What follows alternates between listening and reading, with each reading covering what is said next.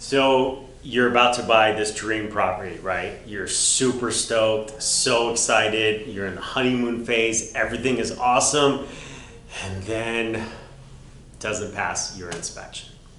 Or something goes wrong. You don't have the funds or something happened in your life and you want to get out of that deal. So this video is answering the question that I got about how do you even exit a deal? So there's a few ways. The first is this fancy term of contingencies, right? When you enter that purchase agreement, depending on the state that you're in, pretty much every state has these standard contingencies, and they typically are financing and a reasonable inspection, which means if you don't got the financing, you don't have to go through with the deal. You can exit that deal. Or if it doesn't pass a reasonable inspection, you don't have to go through with that deal either. So there's standard contingencies in the purchase agreement that allow you to exit that deal. So that's the first way.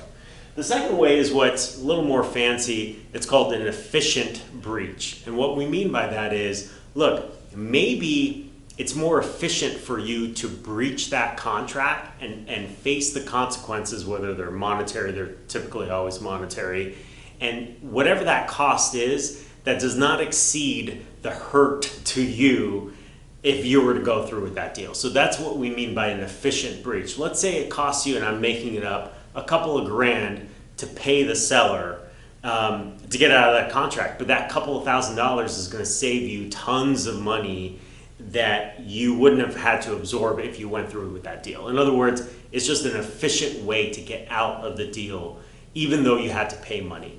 And then finally, the classic negotiation. Listen, do we even pick up the phone these days? You could literally pick up the phone and typically either do it in person or pick up the phone and call the agent, call the seller, whomever you're dealing with, and say, listen, for X, Y, and Z reasons, and list the reasons. Don't just kind of sort of manufacture them, but list the reasons you need to get out of this deal.